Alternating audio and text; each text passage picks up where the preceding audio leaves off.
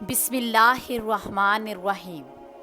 یہ لڑکیاں سب بے نیاز اپنی اداؤں سے سب کو گائل کرتی مدرسہ عزیزیہ کے مدرسہ سے گزر رہی تھی کہ حضرت شاہ محمد اسماعیل رحمۃ اللہ علیہ کی نظر ان پر پڑ گئی۔ حضرت نے اپنے ساتھیوں سے پوچھا، یہ کون ہے؟ ساتھیوں نے بتایا، حضرت یہ طوائفیں ہیں اور کسی ناچ رنگ کی محفل میں جا رہی ہیں۔ پہلے تو کوئی ناچ رنگ کرتی تھی، اب گھروں گھروں میں ناچ رنگ ہوتے ہیں۔ صبح کو نماز پڑھنے کی بجائے گھروں گھروں میں ناچ رنگ کی ویڈیو بنا کر ٹک ٹاک پر پھینکی جاتی ہیں اور لطف اندوز ہوتے ہیں۔ اللہ ہمارے اسلام کو سلامت رکھنا، ہمیں ان کاموں سے بچانا، آمین یا رب العالمین۔ حضرت نے فرمایا، اچھا یہ تو معلوم ہوا، لیکن یہ بتاؤ یہ کس مذہب سے تعلق رکھتی ہیں؟ انہوں نے فرمایا، جناب یہ دین اسلام کو ہی مانتی ہیں، دین اسلام کو ہی بدنام کرنے والیاں ہیں، یہ سب اپنے آپ کو مسلمان کہتی ہیں۔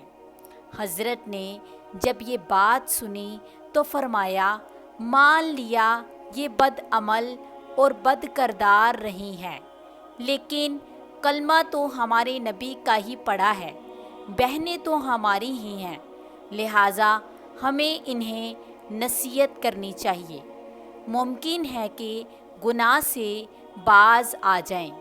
ساتھیوں نے کہا، جناب ان پر نصیحت کرنا خاک اثر کرے گی، بلکہ ان کو تو نصیحت کرنے والا خود بدنام ہو جائے گا۔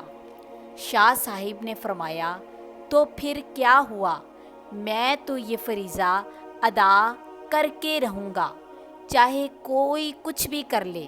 ساتھیوں نے عرض کیا، حضرت نہیں ہے، آپ کا ان کے پاس جانا بالکل ٹھیک نہیں۔ آپ کو پتہ ہے شہر کے چاروں طرف آپ کے مذہبی مخالفین ہیں جو آپ کو بدنام کرنے کا کوئی موقع نہیں چھوڑتے۔ آپ نے فرمایا، مجھے ذرا بھر بھی پرواہ نہیں ہے، میں انہیں نصیحت ضرور کروں گا۔ اس کے بعد آپ تبلیغ حق کو اصلاح کا عزم صادق سے لے کر گھر میں تشریف لائے۔ درویش نے کہا، لباس زیب تن کیا اور تنے تنہا نائک کی طرف چل پڑا۔ دروازے پر پہنچ کے اور صدا لگائی، اللہ والیو دروازہ کھولو اور فقیر کی صدا سنو۔ آپ کی آواز سن کر چند لڑکیاں آئیں، انہوں نے دروازہ کھولا تو دیکھا باہر درویش صورت بزرگ کھڑا ہے۔ انہوں نے سمجھا یہ کوئی گدھا گر فقیر ہے، سو انہوں نے کچھ پیسے دے کر اسے تھما دیے، لیکن اس نے اندر جانے کا اصرار کیا اور پھر اندر چلے گئے۔ شاہ صاحب نے دیکھا کہ چاروں طرف شمع ہی شمع ہیں، کندلین اور طوائف اپنی ڈھولک کی ناچ پر رقص کر رہی ہیں، ان کے گھنگروں کی جھنکار سما رہے ہیں۔ جو ہی نائکا کی نظر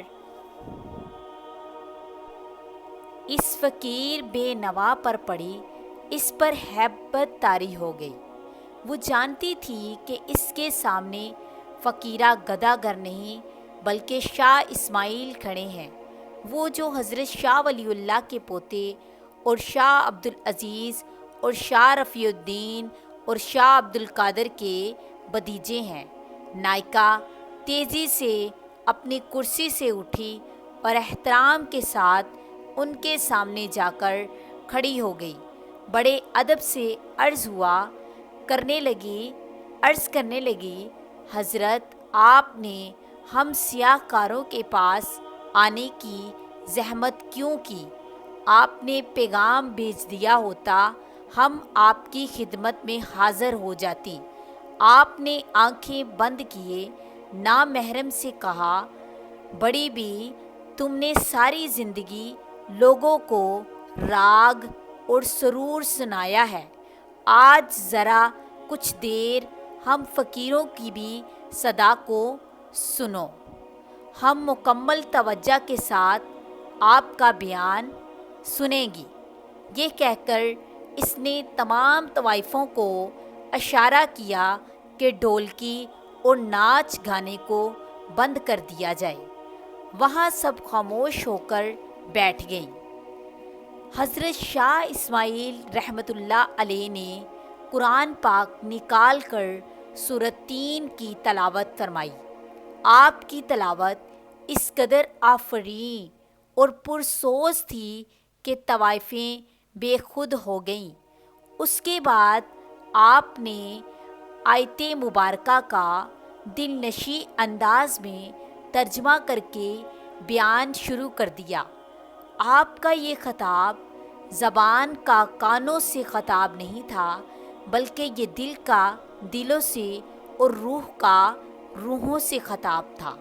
یہ خطاب دراصل اس الہام ربانی کا کرشمہ تھا جو حضرت شاہ اسماعیل جیسے مخلص درمندوں اور مسلمانوں کے حقیقی خیر خواہوں کے دلوں پر اترتا ہے۔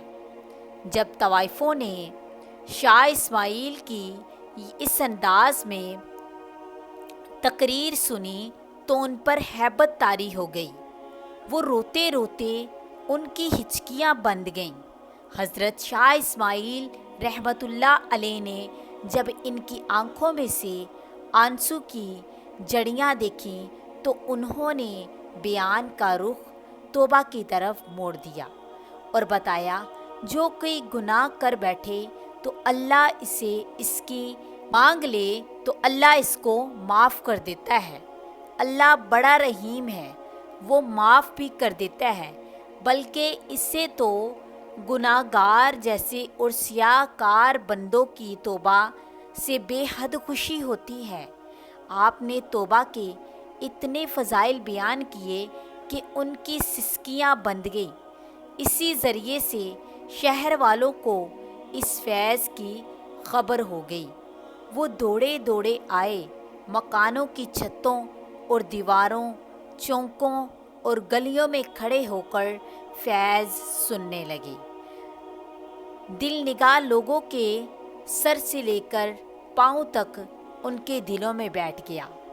شاہ صاحب انہیں اٹھ کر وضو کرنے اور 2 رکعت نوافل ادا کرنے کی ہدایت دی۔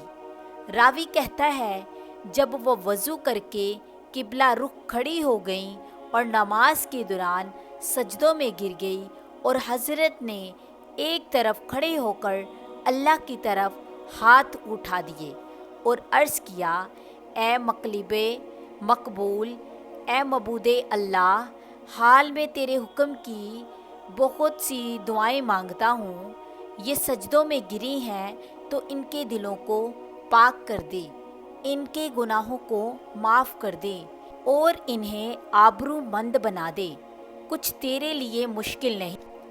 میری فریاد تو یہ ہے، انہیں ہدایت فرما، انہیں نیک بندوں میں شامل فرما۔ ادھر شاہ صاحب کی دعا ختم ہوئی، ادھر ان کی نماز اس حال میں اٹھی کہ دل پاک ہو چکے تھے۔ اب شاہ صاحب نے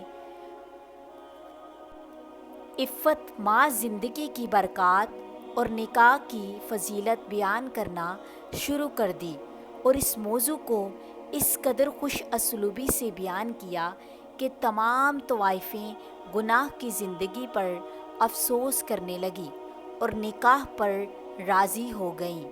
چنانچہ ان میں سے جوان عورتوں نے نکاح کر لیے اور جو زیادہ عمر والی تھی انہوں نے گھر بیٹھ کر محنت مزدوری سے گزارا کرنا شروع کر دیا۔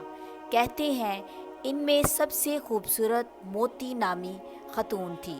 جب اس کے سابقہ جاننے والوں نے شریفانہ حالت اور سادہ لباس میں دیکھا، کہنے لگے، وہ مجاہدین کے گھوڑوں کے لیے ہاتھ والی چکی پر دال پیستی تھی۔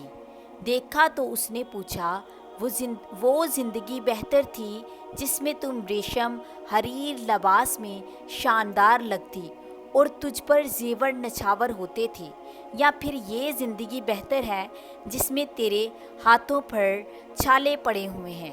وہ کہنے لگی، اللہ کی قسم، مجھے گناہ کی زندگی میں کبھی اتنا لطف نہیں آیا جتنا مجاہدین کے لیے چکی پر دال پیستے وقت ہاتھوں پر ابھرنے والے کانٹے چبو کر پانی نکالنے سے آتا ہے۔ گناہ کا دروازہ ہمیشہ کے لیے کھلا ہے، گناہ گار کا دروازہ ہمیشہ کے لیے کھلا ہے۔ اللہ پاک تمام دنیا کے گناہ معاف کرتا رہے گا۔ ہمیں چاہیے ہم انسان سب مل کر اللہ تعالیٰ سے اپنے گناہوں کی معافی مانگے۔ جتنے بھی کبیرہ صغیرہ گناہ کیے ہیں اللہ ہمیں معاف کر دے گا، اور اپنے گناہوں کی سچے دل سے توبہ کر لیں۔ اللہ پاک ہماری خطائیں ضرور معاف کرے گا۔ انہی لفظوں کے ساتھ میں اجازت چاہوں گی۔ اللہ حافظ۔ اللہ پاک آپ سب کا حافظ نگہبان رہے، ہمیشہ ہنستے مسکراتے رہیں۔ جزاک اللہ۔